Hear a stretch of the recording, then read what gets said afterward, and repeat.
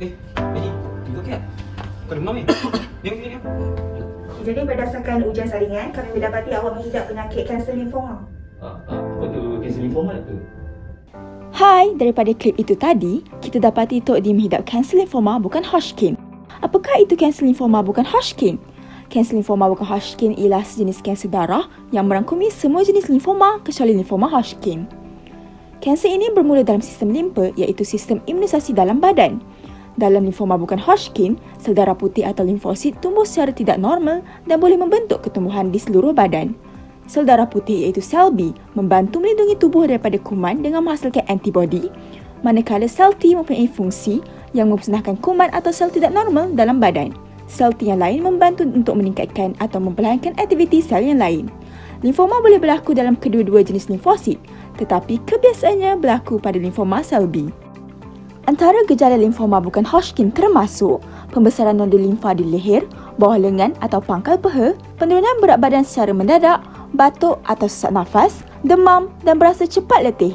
Manakala golongan yang berisiko tinggi ialah warga emas berumur 60 tahun ke atas, lelaki, terkena jangkitan bakteria seperti bakteria Helicobacter pylori, kurang ketahanan imun badan seperti pesakit HIV dan AIDS dan pernah mendapat rawatan kanser sebelumnya. Rawatan-rawatan yang disediakan untuk merawat limfoma bukan Hodgkin ialah kemoterapi, radioterapi, terapi antibodi monoklonal, ubat steroid dan pemindahan sumsum tulang.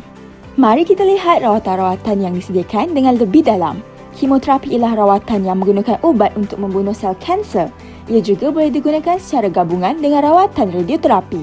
Kemoterapi kebiasaannya diberikan melalui tiub kecil yang dikenali sebagai titisan intravena atau diberikan dalam bentuk pil.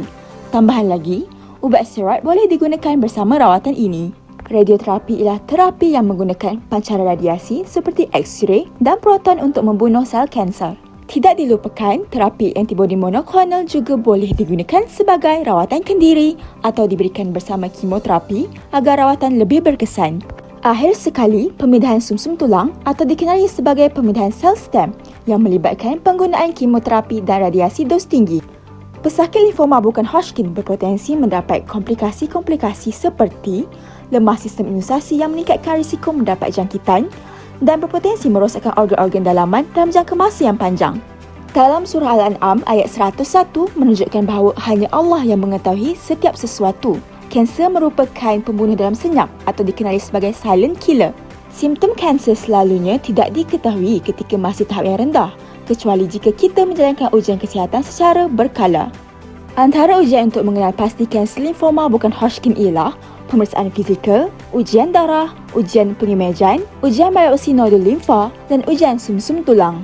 Melalui hadis riwayat Al-Bukhari, Muslim, At-Tirmizi dan Ahmad, tidaklah seorang Muslim yang ditimpa suatu penyakit melainkan Allah SWT akan menghapuskan dosa-dosanya. Ditimpa penyakit adalah satu ujian. Daripada hadis riwayat Al-Bukhari, Allah tidak menurunkan sesuatu penyakit melainkan diturunkan bersama penawarnya.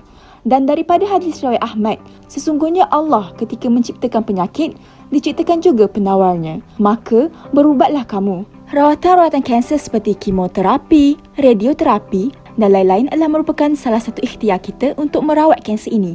Jadi, jangan putus harapan dan percayalah kepada pencipta kita. Baiklah, terima kasih kerana sudi mendengar. Sama-samalah kita menangani kanser demi kebahagiaan hidup kita.